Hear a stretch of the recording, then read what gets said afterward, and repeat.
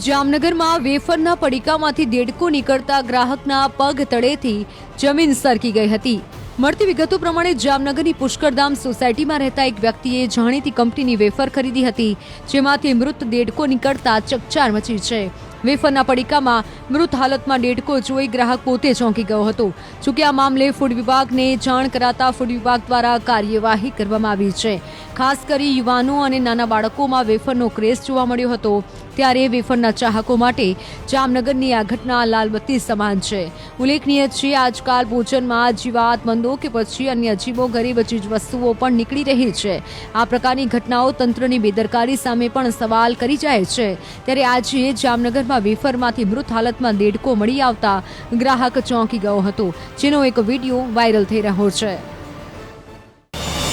QR code scan કરો અને WhatsApp પર ફોલો કરો ગુજરાતની number 1 news channel news 18 Gujarati.